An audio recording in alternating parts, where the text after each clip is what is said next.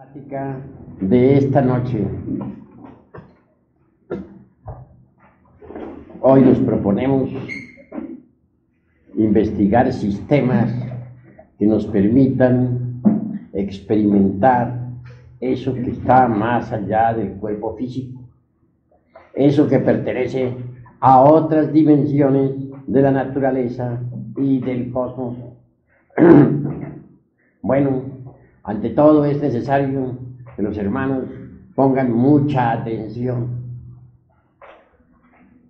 Hace unos cuantos años acaeció en Roma un caso insólito. Una monja caía constantemente en trances mediunímicos o hipnóticos. Entonces asumía ciertas actitudes, podríamos decir, inmodestas, o tal vez dijéramos obscenas. Se confesó con el señor cura y le relató la cuestión. Lo que pasaba era que ella conservaba un retrato de un novio que había tenido. Le bastaba ver el retrato para caer en esos trances tan extraños, hipnotizado. Durante tales trances estaba pues en la actitud de una mujer que está en la cópula química, metafísica. El cura se interesó por el tal retrato y le dijo que se lo trajese. Ella naturalmente obedeció. Días después, el señor cura tenía en sus manos aquella foto. No era una foto como las actuales, pues en aquella época la fotografía en sí misma no existía. Más bien era un retrato pintado a mano por algún retratista. Bien sabemos que en aquellas épocas en que la fotografía no existía, los artistas solían pintar retratos de personas o hacer retratos de personas en forma realmente maravillosa.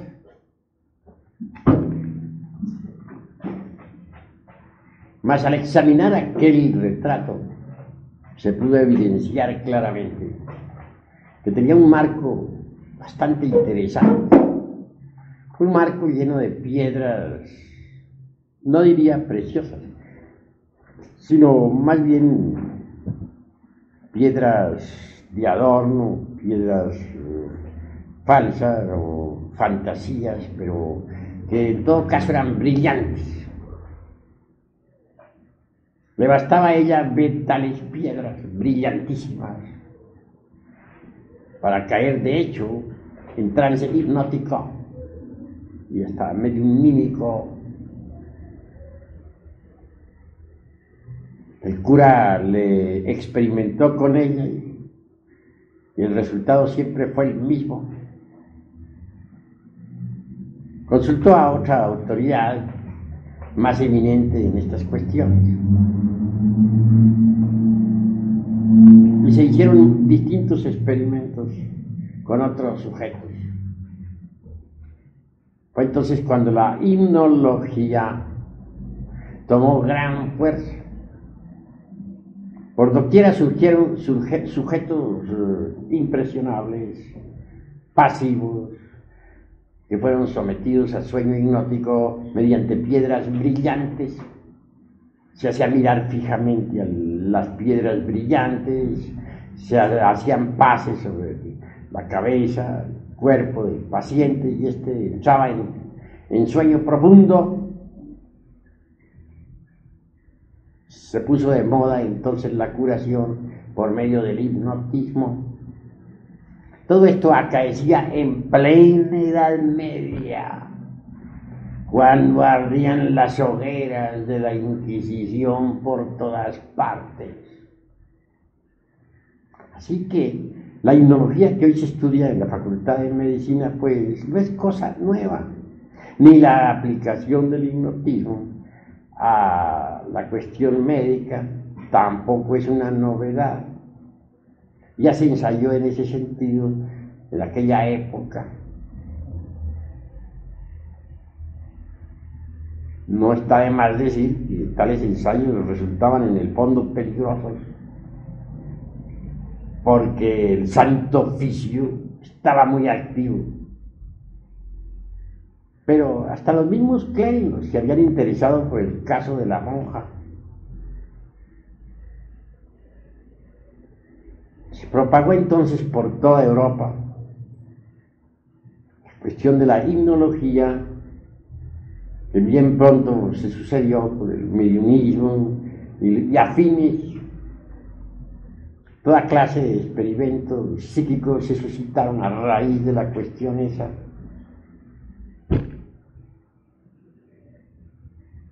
Fue entonces cuando surgieron las más variadas escuelas. Mucho más tarde aparecieron en escena, ya después de algún tiempo, personajes como Richard Charcot, César Lombroso, Camilo Flammarion, etc. Eso fue más tarde ya, del tiempo.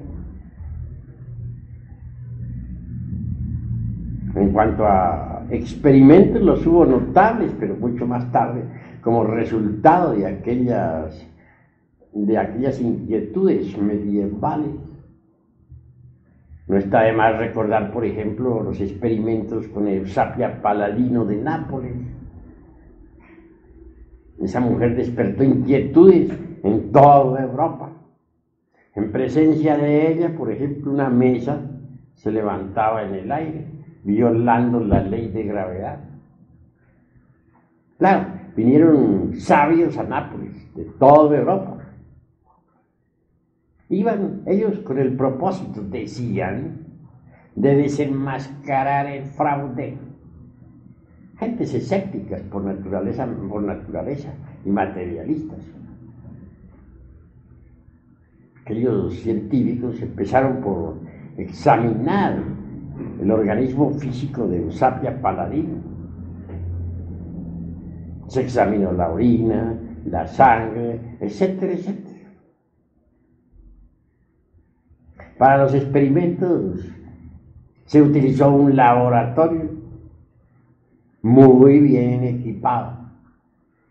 A Eusapia Paladino se le sentó en una silla fija en el suelo, debidamente asegurada. De lado y lado había un par de postes de hierro. Se le encadenó, como para que no pudiera hacer ningún truco.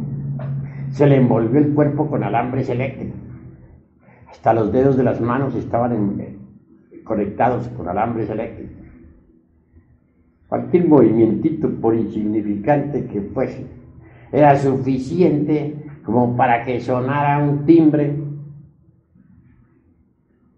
Así que ella estaba prácticamente controlada.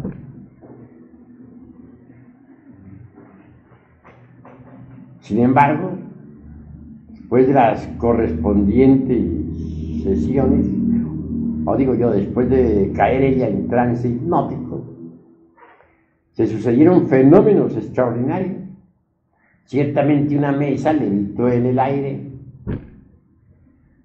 se tomaron fotografías, se pudo verificar que no había ningún truco. Los científicos se convencieron hasta la saciedad de tal hecho y no les quedó más remedio que rendirse ante la evidencia. Una bandolina que había en el suelo fue levantada por manos invisibles en presencia de todos, y de ella salieron melodías inefables. Un aparato de música que estaba metido dentro de una caja de acero herméticamente cerrada y debidamente cargada con electricidad a alta tensión, resonó deliciosamente tocada por manos invisibles. La madre de Botassi, un gran científico que había muerto hacía muchos años, hizo su aparición en pleno laboratorio. La fotografiaron. Avanzó hasta donde estaba su hijo y le abrazó, llamándolo con el apodo caritativo de familia y diciéndole: hijo mío, etc. Todo eso fue formidable y no cabía truco ahí. Se tomaron moldes en yeso de manos, de rostro, etc. Básculas o balanzas debidamente controladas se movieron por sí mismos y marcaron determinados pesos específicos. Manos que podían pasar sobre pedazos fosforescentes de papel, sobre capas de fosforescentes, y eran visibles porque para el experimento se apagaban ciertas luces, se dejaban y permanecía todo controlado. Cualquier sospecha de truco era suficiente para que se encendiera un poco. Ahí no cabían trucos. Después de todo, los científicos esos regresaron a sus países de origen perfectamente convencidos. Su escepticismo quedó destrozado, reducido a polvareda cósmica. Fueron formidables tales experimentos. ¿Y qué diremos de los experimentos de William Kroc en California? En esa casa en una casa de Millville, carecieron fenómenos insólitos. Comenzó a llover piedras sin motivo alguno dentro del interior de la casa. Lo curioso es que unas piedras salían por una ventana y entraban por otra. Movimientos extraños que no se correspondían en modo alguno a las leyes de la física. Mesas que se levantaban en el aire, sillas que iban y venían flotando en la atmósfera. Cosas extraordinarias. Fue entonces cuando a William Kroc, aquel que descubriera la materia radiante, aquel que la presentara en sus famosos tubos de cristal, le tocara también experimentar. Él notó que todos esos fenómenos se sucedían en presencia de dos señoritas de la casa, las dos señoritas Fox. Arregló entonces también un laboratorio, invitó a todos los científicos del mundo a estudiar el fenómeno y comenzaron los experimentos. Estas señoritas eran metidas dentro de una cámara, debidamente encadenadas para asegurarse de que no iban a hacer ningún truco. Y luego venían los fenómenos. Se materializó entonces Katie King, una mujer muerta hacía muchísimos años. Se hizo visible y tangible en pleno laboratorio y estuvo materializándose durante 3 años seguidos. Las señoritas Fox, en tanto, caían en estado de trance. Se nos ha dicho que para esas materializaciones había que utilizar la fuerza vital de esas señoritas. Lo cierto fue que se condensaba aquella aparición ante todos los científicos. Se tomaron fotografías por cantidades. 3 años seguidos de materialización de Katie King. A los 3 años se despidió de todos los científicos. Dijo: ya he cumplido mi misión aquí en el mundo físico. Les he demostrado que los difuntos continuamos viviendo en los mundos superiores. A eso he venido y mi misión está cumplida. Se despidió de todos entre lágrimas y sollozos. Las cámaras de fotografía fueron registrando los procesos de desmaterialización de aquella difunta. Todavía les dejó materializado un bucle de cabello, como recuerdo. Sabios vinieron, repito, de toda Europa, incrédulos todos en un 100%. Sin embargo, tuvieron que convencerse, porque hechos son hechos y ante los hechos tenemos que rendirnos. Después de aquellos experimentos de Katniss, quedó demostrado físicamente la realidad del más allá. ¿Y qué diremos de aquel medium francés que en estado de trance flotaba en la atmósfera, que flotando en la atmósfera sentado sobre una silla salió por una ventana y entró por otra en un alto piso, que metía el rostro entre carbones encendidos y no se quemaba, etcétera? Fueron fenómenos de orden popular. ¿Cómo negarlo cuando los científicos los comprobaron?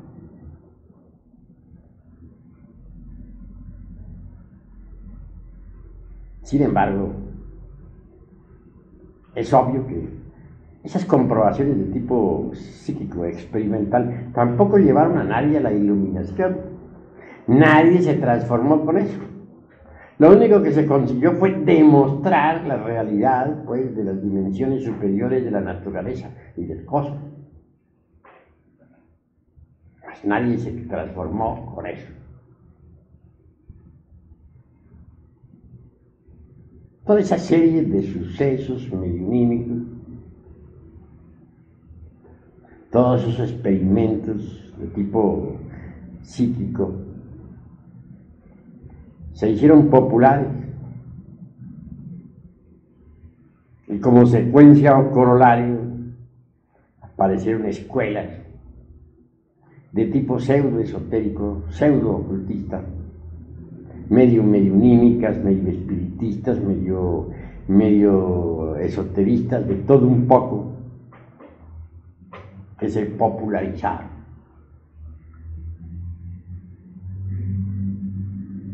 No voy a pronunciarme contra ninguna escuela, porque no ese es el objetivo de esta plática. Únicamente quiero decirles que tales escuelas de tipo semi-esotérico y semi-espiritista abundaron como secuencia o corolario de tantísimas investigaciones de tipo psíquico. Mas esas escuelas tampoco poseyeron una auténtica tradición esotérica. No fueron escuelas que permitieran la transformación del ser humano. Dichas escuelas poseyeron una abundante biblioteca y muchísimos eruditos, pero no condujeron a nadie a la transformación, a la autorrealización íntima del ser. Apareció un tipo de gentes muy curiosas, teorizadoras en un 100%. Las hemos denominado personalidades kalkianas. Así las hemos llamado debido a que son gentes de esta época del Kali Yuga. Se distinguen por su erudición, mas no poseen realmente autorrealización íntima ni esoterismo auténtico. Son gentes que tienen dogmas. Uno de ellos, por ejemplo, es aquel de la evolución. Surgió en el fondo de escuelitas como las de Allan Kardec, Leon Denis, etc. Si leemos nosotros a fondo a Kardec, en su libro que titula El libro de los espíritus, veremos allí el dogma de la evolución. Parece que también influyó muchísimo Darwin con su teoría de la evolución y transformación de las especies, que influyó en forma muy decidida sobre todas esas escuelas cartesianas. Al fin y al cabo apareció una jerga muy curiosa de eruditos sin autorrealización, sin conocimiento ninguno de la sabiduría de la serpiente, sin capacidades para investigar fuera del cuerpo físico, en forma positiva y consciente, sin experiencia práctica sobre alquimia, sin experiencia directa sobre cábala verdadera, sin conocimiento real de la anatomía oculta del hombre, etcétera.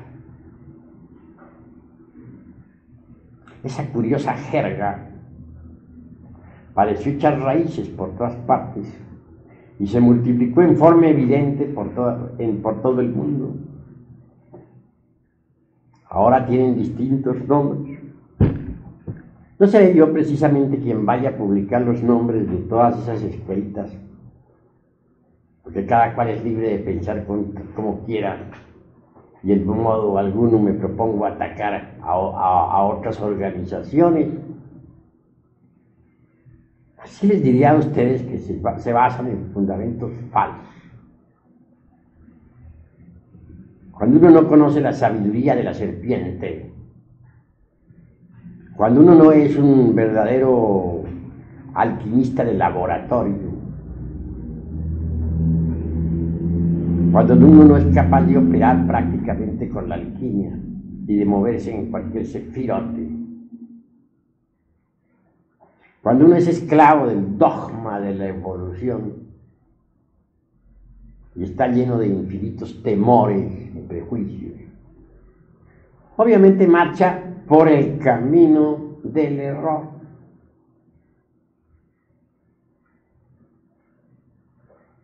El dogma de la evolución, por ejemplo, es completamente falso. No tiene basamentos sólidos sobre los cuales poder sostenerse.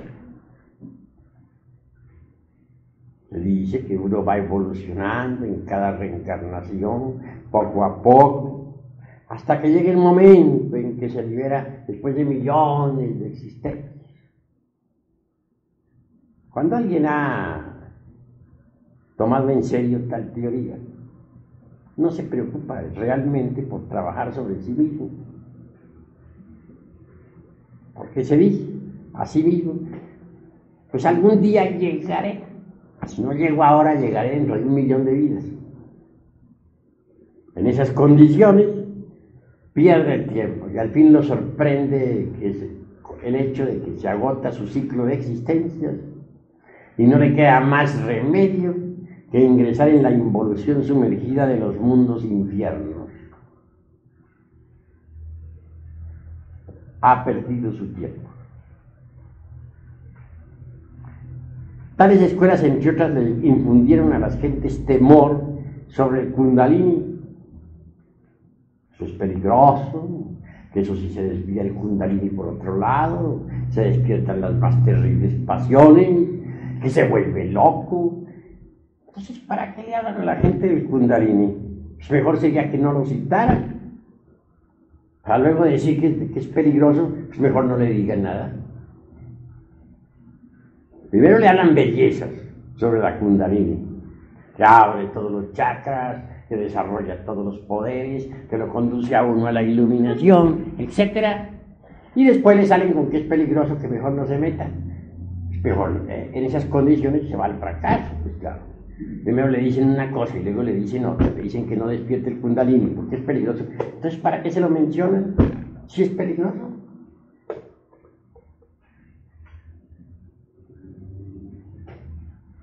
Esas son las jergas en que viven actualmente los pseudoesoteristas y pseudocultistas. Gravísimo es. Evolución, obviamente existe, no negamos esa ley. Pero al lado de la ley de la evolución existe otra. Por contrapunto, por oposición, existe la de la involución.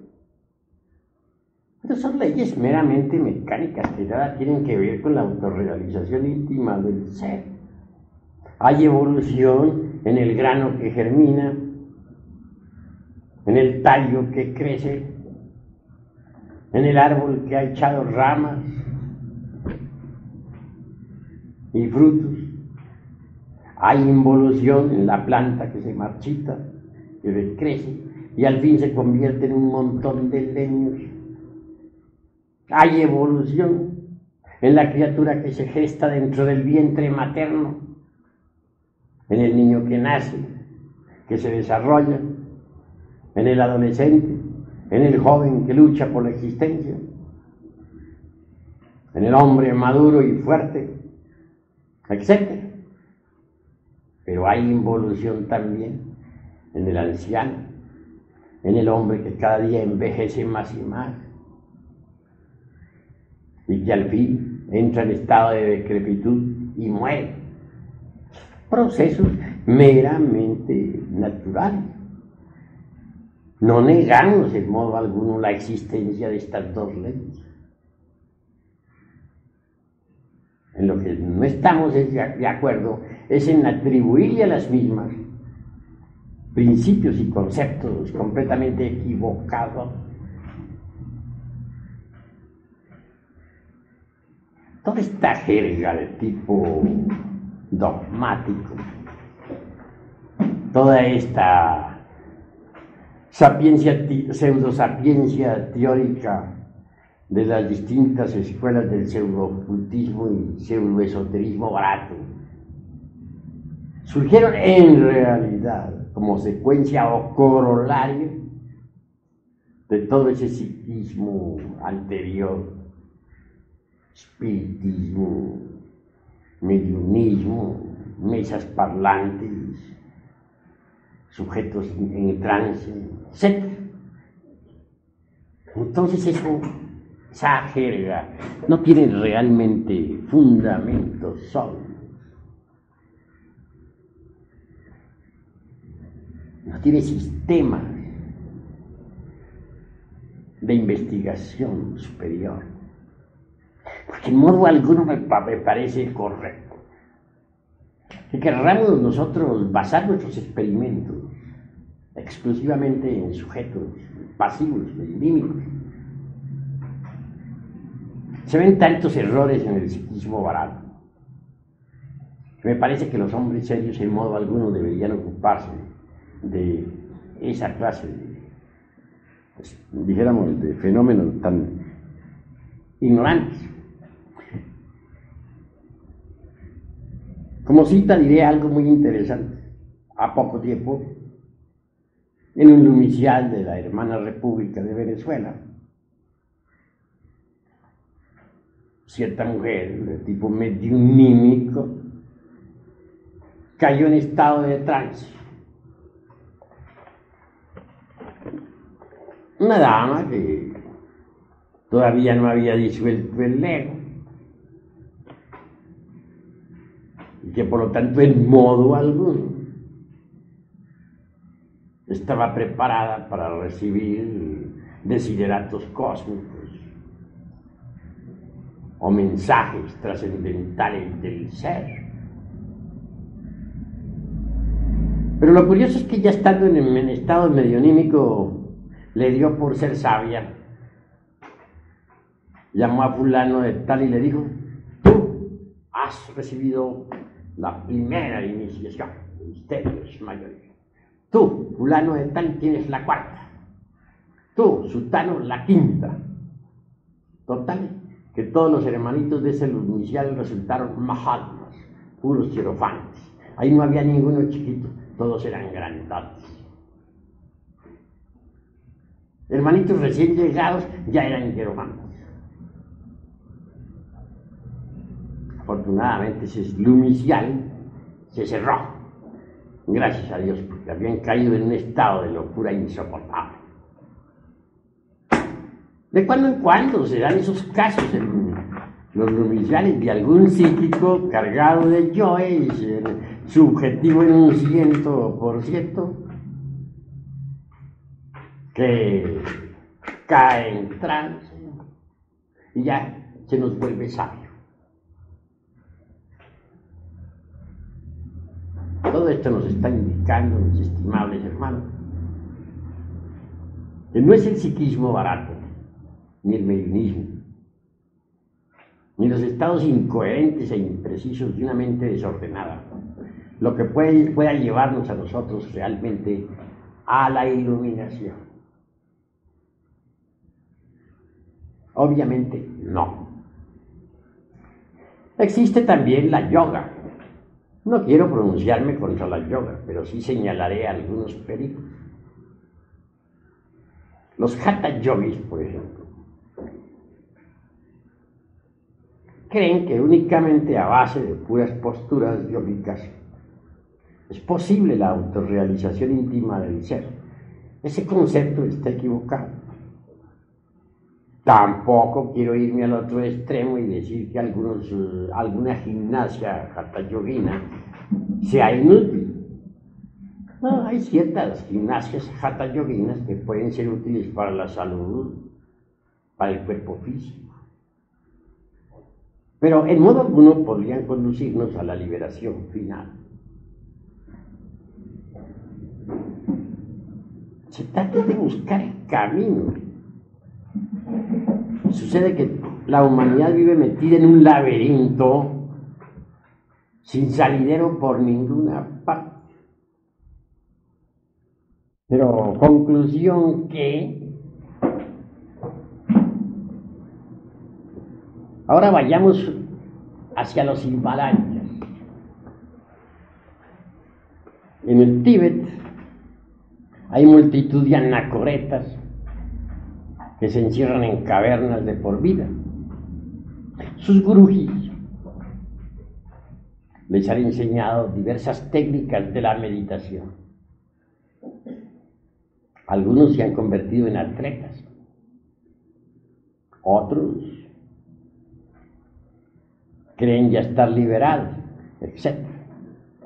Hay quienes se alimentan con puras ortigas, hierbas que encuentran alrededor de su caverna, queriendo así convertirse en dioses. Cada cual es libre de pensar como quiera, pero a mí me gusta aclarar misterios.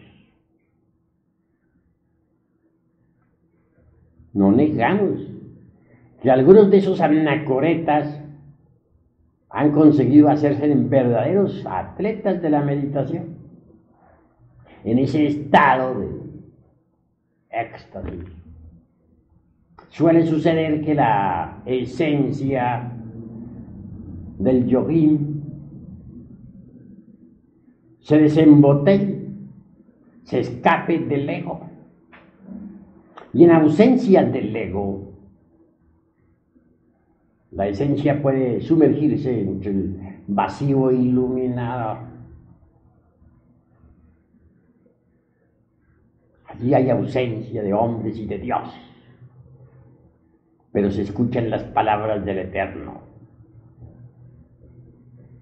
Sumergidos tales santos en meditación profunda, experimentan eso que no es del tiempo. Eso y es la verdad.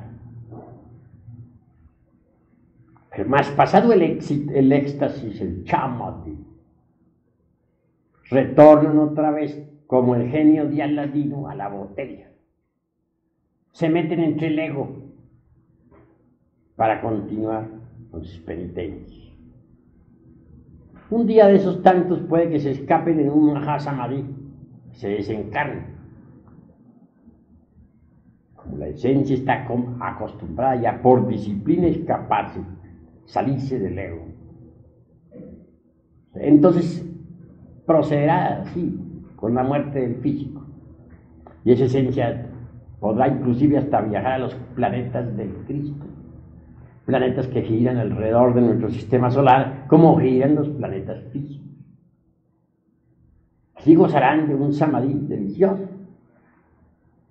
Sucede que en los planetas del Cristo existe otra naturaleza muy distinta a la nuestra.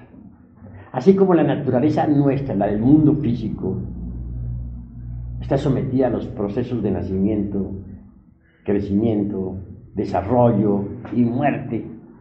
La naturaleza de los planetas del Cristo que giran alrededor del Sol es diferente. Esa naturaleza es inmutable, eterna. No está sometida a cambios ni a muerte. Por lo tanto, quienes viven en los planetas del Cristo son felices, gozan en su interior, pues, de los esplendores del Cristo íntimo y viven en un éxtasis permanente. Así estos yoguines desembotellados gozarán por un tiempo de la felicidad de los planetas del Cristo. Podrán flotar en el ambiente circundante, mas con asombro tales yoguines verán que no son habitantes de esos mundos. Se les admite de visita, pero que realmente no tienen derecho a existir allí. Tan tremendas realidades les lleva a comprender que aún están incompletos, que no están liberados como lo suponían antes de morir. Y con dolor regresan nuevamente, como el genio de la lámpara de Aladino a la botella, es decir, al ego. Así, hay muchos que en el Oriente, en el Tíbet, se consideraban santos e iluminados, que desencarnaron en Mahasamadhi, que el pueblo veneró como a dioses, viven ahora en el mundo occidental convertidos en personas vulgares, comunes y corrientes.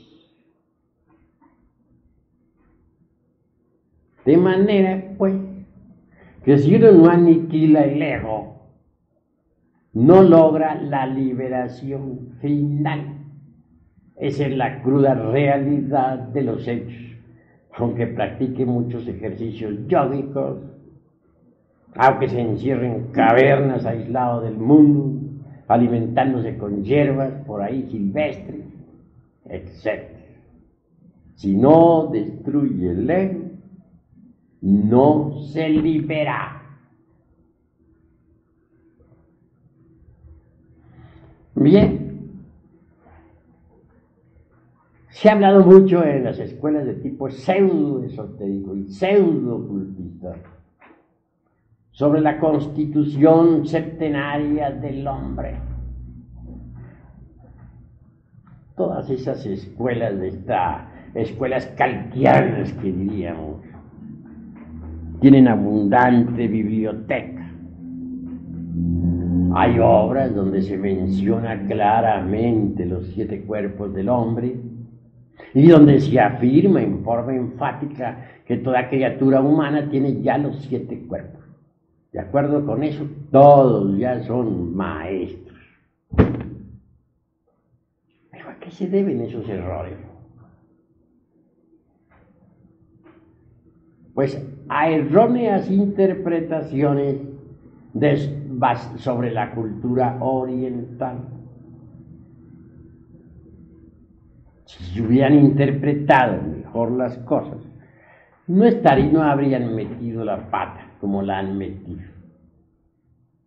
En realidad, de verdad, el ser humano, el humanoide intelectual, para hablar más claro, únicamente posee el cuerpo planetario. ¿Qué se entiende por cuerpo planetario? El cuerpo físico. También tiene ese vehículo su asiento vital orgánico. Ese asiento vital es lo que llamarían los hindustanes el lingam sharira, es decir, el cuerpo vital. Pero cuerpo vital y cuerpo físico son lo mismo. son un solo cuerpo. Porque el llamado cuerpo vital o doble etérico, para usar esta vez los términos de las gentes de esta edad calquiana, no es más que la parte superior del cuerpo físico. Esto es, el cuerpo físico es tetradimensional, tiene 4 dimensiones. La cuarta, vertical, está formada por el cuerpo vital, o lingam sarira. Pero dejando a un lado esta cuestión del cuerpo planetario con su asiento vital orgánico, ¿qué es lo que tiene el humanoide? Lo único que en realidad tiene adentro es un montón de diablos. Será un poco duro decir esto, pero es la verdad. Aquellos que hayan destruido el ego, que por lo tanto gocen de la verdadera conciencia despierta, podrán verificar por sí mismos lo que estoy en estos instantes afirmando. Hay algo digno, sí, en el humanoide, no lo negamos, la esencia, pero, o el buddhata, como dicen los orientales, hablando a la luz del zen o del chan. Esa esencia está desgraciadamente enfrascada entre los diversos elementos inhumanos que en nuestro interior cargamos. De manera que esos elementos inhumanos son en realidad de verdad un montón de diablos, los demonios rojos de Set, como se dijera en el Alto y Bajo Egipto. Y hablando en el lenguaje tibetano diríamos, esos elementos inhumanos son los agregados psíquicos, vivas personificaciones inhumanas de nuestros defectos de tipo psicológico. Eso es, pues, lo que tiene el ser humano, el humanoide. Pero ¿en qué quedamos sobre los cuerpos astral de que nos hablaban en las escuelas de tipo pseudo-esotérico y pseudo-ocultista? ¿En qué quedamos sobre el famoso manas inferior y manas superior? Es decir, sobre el cuerpo mental y sobre el cuerpo de la voluntad consciente o causal. No, esos cuerpos no los tiene el humanoide. Pero entonces, ¿por qué esas escuelas afirman que sí los tienen? Pues por una pésima interpretación de las enseñanzas orientales. Mal interpretadas, fueron difundidas en el mundo occidental y condujeron a la gente al error. Los cuerpos astral, mental y causal hay que fabricarlos. Eso es obvio. ¿Cómo se fabrican esos cuerpos? Si uno no tiene nociones de alquimia, ¿cómo haría para fabricarlos? Ante todo hay que ser alquimistas, hay que estudiar la alquimia. La alquimia y los alquimistas agitaron toda la Edad Media. Los alquimistas medievales pudieron salvarse gracias a que decían estaban buscando la fórmula para hacer oro, que su anhelo era ayudar al rey, al gobierno, en cada nación. Así de esa forma y de ese modo escaparon de la hoguera. Se les llamaba también los sopladores. En casa de los alquimistas nunca faltaba todo un laboratorio. Ahí se veían unos enormes fuelles de esos antiguos que para estar soplando el fuego. Se veían crisoles, se veían enormes ollas, chimeneas, etcétera, etcétera, etcétera, todos los utensilios propios del laboratorio. Cuando alguien visitaba la casa, sabía que se encontraba en presencia de un alquimista. Algunos hasta podían fabricar jabones también como para disimular la cosa, pero por lo común, todos esos artefactos y utensilios del laboratorio no eran más que el símbolo viviente del cuerpo de doctrina. Se había tomado la alquimia de Egipto, la trajeron a Europa los árabes y la aceptaron muchísimos monjes medievales, eminentes maestros, etc. Ahí tenemos, como para citar algunos personajes, al abate Tritemo, un monje benedictino, alquimista. Fue el maestro nada menos que de Paracelso, otro gran médico y alquimista, que logró la transmutación del plomo en oro y que también consiguió la piedra filosofal y el elixir de larga vida. Paracelso aún vive todavía. Personalmente yo le conozco. Quienes crean que Paracelso murió están muy equivocados. Y en cuanto al doctor Juan Fabio, médico encantador y mago, que viajara en su caballo desde Praga hasta Varsovia, que asombrara a todo el mundo en aquella época, transmutó el plomo en oro y aún existe. El único que sí no logró mayores triunfos de entre los tres discípulos del abate Tritemo fue Cornelio Agripa. Este hombre cometió el error de ponerse a teorizar. Se pasó su vida razonando, sacando silogismos, prosilogismos, metido dentro del círculo vicioso del razonamiento. Cuando quiso hacer la gran obra, ya estaba muy viejo. No pudo, murió. Le sorprendió la muerte luchando por disolver el yo, queriendo tomar posesión de sí mismo. Pero no llegó, fracasó. Mediante la alquimia, aprende uno a fabricar el mercurio de los sabios, con el que puede fabricar los cuerpos existenciales superiores del ser, indubitablemente transformando el exiohari, es decir, el esperma sagrado.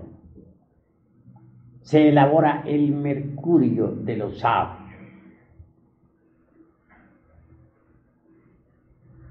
Indubitablemente, tal materia venerable tiene que pasar por algunos procesos de purificación antes de ser útil. Esa materia venerable, esa agua misteriosa, pasará por las operaciones aritméticas de suma, resta, multiplicación, división de principios, antes de ser útil. Es obvio que en principio tal materia venerable, resultado, como ya dije, de las transmutaciones del esperma, es negra. Mas si se logra refinar el sacramento de la Iglesia de Roma, Roma a la inversa se lee amor, entonces se vuelven esas aguas blancas. Y si se continúa con el proceso de refinamiento sexual, al fin las aguas blancas se tornan amarillas. Al llegar a estas alturas, el azufre es liberado de sus prisiones o centros magnéticos ubicados en los infiernos atómicos del hombre. El azufre es el fuego y es liberado. Este se mezcla entonces con el mercurio. Y así obtenemos el mercurio azufrado, que asciende por el canal medular espinal hasta hasta el cerebro. El excedente de tal mercurio, después de saturar las células orgánicas, viene a cristalizar dentro de nuestro cuerpo en la forma extraordinaria y maravillosa del vehículo astral o sideral. Quien posee un cuerpo astral sabe que lo tiene, porque puede andar con él, puede flotar en el espacio con él, puede transportarse a otros mundos con él mismo, etc. Es una especie de doble organismo extraordinario, formidable, maravilloso. Una vez que uno se encuentra en posesión de un cuerpo astral, puede darse el lujo de crear para su uso particular un cuerpo mental. Este viene a ser el resultado también de las condensaciones del mercurio. Cuando el mercurio condensa en la forma del cuerpo de la mente, nos transforma. Alguien que posee un cuerpo mental puede absorberse la sabiduría de la naturaleza. Tiene acceso a todos los templos de Hermes Trismegisto, el 3 veces grande Dios Ibis de Pau. Cuando uno ya ha logrado tal éxito, está preparado para fabricar el cuerpo de la voluntad consciente. Este también viene a cristalizar con las condensaciones del mercurio de los sabios. Así que alguien que tenga los cuerpos físico, astral, mental y causal, de hecho, puede recibir los principios étnicos, búdicos o anímicos que lo convierten en hombre real. Esto quiere decir que antes de ese instante no se es hombre. Antes de ese momento uno no es más que un animal intelectual. Un profesor de medicina en el Distrito Federal decía que estos seres humanos, que así se llaman, no son más que mamíferos racionales. Decir mamíferos racionales o mamíferos intelectuales, pues es lo mismo. Hagamos pues una plena diferenciación entre lo que son los mamíferos intelectuales y lo que es el hombre. Solo quien posea esos vehículos es hombre. Ahora bien, una cosa es ser hombre real y otra cosa es tener capacidades para ser un investigador competente de la vida en los mundos superiores. Un hombre puede ser hombre en el sentido más completo de la palabra y sin embargo no ser un investigador competente de la vida en los mundos superiores. Para hacerlo tiene que eliminar el ego. No es por medio del mediunismo como se va a obtener datos exactos sobre la vida en los mundos superiores, sobre los misterios de ultratumba. No es con sujetos en estado de hipnosis como podemos nosotros tener algunas referencias sobre el más allá. No.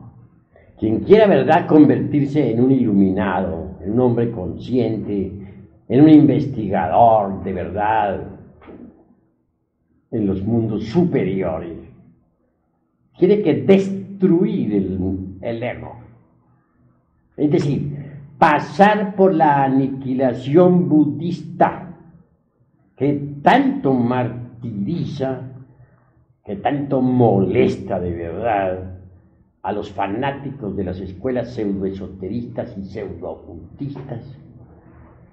Mas si uno no pasa por la gran aniquilación, si uno no logra dejar de existir aquí en los mundos internos como ego, jamás tendrá tampoco la lucidez verdadera, la objetividad exacta, como para poder en verdad ser un investigador serio e idóneo de la vida en los mundos superiores.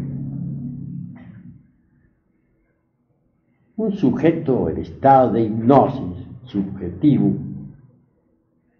Hablará del más allá, dirá que fulano de tal es un Mahatma, citará muchas cosas absurdas, porque no tiene objetividad. Es en realidad de verdad una esencia embotellada entre el ego. Para ser investigador idóneo, se necesita que el ego sea aniquilado. Si el ego pasa se reduce a polvareda cósmica, la conciencia, el ser, queda completamente libre. Una esencia, una conciencia libre, es una conciencia iluminada, una conciencia que podrá directamente experimentar lo real, una conciencia verdaderamente emancipada, idónea para la investigación. Solo una conciencia así podrá informarnos sobre las vidas anteriores, sobre los mundos inefables, sobre el karma, la ley, sobre las leyes de evolución, involución, sobre los mundos infiernos, etcétera. Pero que alguien con ego quiere informarnos sobre todo eso, pues no más, no, porque no tiene una conciencia libre, no tiene una conciencia resplandeciente, es una conciencia todavía enfrascada, tapada, metida entre distintos receptáculos de materia. Obviamente no posee la idoneidad indispensable para la investigación. Así, mis queridos amigos, nosotros nos proponemos en esta institución darles a ustedes las enseñanzas exactas que les permita pasar por la gran aniquilación para que se conviertan en verdaderos investigadores competentes de la vida en los mundos superiores. ¿Quiénes son los que le han dicho a la humanidad que todos poseen los 7 cuerpos y trazan esquemas sobre eso? Individuos que no han destruido el ego. Entonces, ¿con qué derecho lo hacen? ¿Por qué lo hacen? De esa forma conducen a otros al error. Pero abundan desgraciadamente los pseudosapientes, las personalidades kafkianas, por todas partes. Y esto es dijéramos, una especie de veneno que se propaga en todas las direcciones del mundo. Hay que conocer también a fondo la sabiduría de la serpiente. ¿Cómo podría alguien convertirse en maestro de una escuela si no conoce la sabiduría de la serpiente? Si uno no conoce la sabiduría de la serpiente, vive en tinieblas y no logra la liberación. Ejemplo, sostienen falsamente las escuelas de tipo pseudoesotérico y pseudoocultista en todas sus jergas inútiles. Que cuando el Kundalini puede despertar en cualquier momento, que a través de la meditación, o con las prácticas del pranayama, o por imposición de manos del gurú, etc. Pues cosa falsa, pero falsísima, porque el Kundalini no despierta de esa manera. ¿Quiénes hablan así? Los que no han estudiado los tantras tibetanos, los que no han investigado jamás en los tesoros de Anahuac. Es bueno saber que en los códices que nos han quedado, aquellos que lograron salvarse después del vandalismo ese, del gachupinismo, entre líneas está escondida la sabiduría de la serpiente. Tengas en cuenta que la gran Tenochtitlán fue serpentina. Así pues nosotros los mexicanos tenemos una tradición serpentina. Esa es la cruda realidad de los hechos. Hay quienes dicen que en la India hay tesoros extraordinarios, no lo negamos, pero en la India secreta. Sin embargo, aquí en México se habla más claro. En Yucatán, por ejemplo, encontré en un templo una gran serpiente de piedra, en la actitud de tragarse a un hombre que lo tenía pues entre sus fauces. Si leen ustedes cuidadosamente el Chalam Balán de Chumayel, podrán evidenciar por sí mismos la cruda realidad de que necesitamos ser tragados por la serpiente. Así pues, no bastaría despertar el Kundalini. Hay necesidad de ser tragados por la serpiente, si es que queremos gozar de los poderes de la serpiente. Y no es con simple imposición de manos o con pranayama como va a despertar la culebra. No, señores. Despierta con los principios tántricos del Tíbet, con las enseñanzas secretas de Anahuac, con el esoterismo crístico de la Pistichopía, con el gran secreto de los misterios de Leusis, con el artificio de los alquimistas medievales.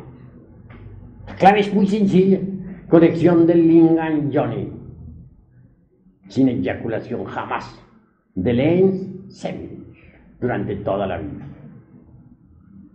Es obvio que si no se llega jamás al orgasmo ese fisiológico señalado por la medicina, o al espasmo, y así se dice en el varón, en otro sentido, si se evita derramar el vaso de Hermes Trismegisto, ese esperma sagrado, esas secreciones sexuales, se transmutan en energía. Y esa energía es el mercurio de los sabios. En los patios empedrados de los antiguos habitantes de la gran Tenochtitlán, hombres y mujeres permanecían durante meses enteros amándose y trabajando en la forja de los cíclopes para despertar la serpiente ígnea de nuestros mágicos poderes. Pero, repito, no bastaría levantar la serpiente ígnea por el canal medular espinal, como piensan muchos yoguines. Quien quiera gozar de los poderes de la culebra, de la serpiente, tendrá que ser tragado por la serpiente. Pero la serpiente no come inmundicia, no traga nada inmundo. Cuando la serpiente se traga a un hombre, es porque éste ya ha eliminado hasta la última partícula del ego. Decía precisamente el conde San Germán, o alguna vez dejó una nota el conde San Germán, en donde decía, hace tantos miles de años, parece que 10.000 decía, no recuerdo preciso eso, pero hace tanto tiempo, vivo en Isis, estoy establecido en Isis,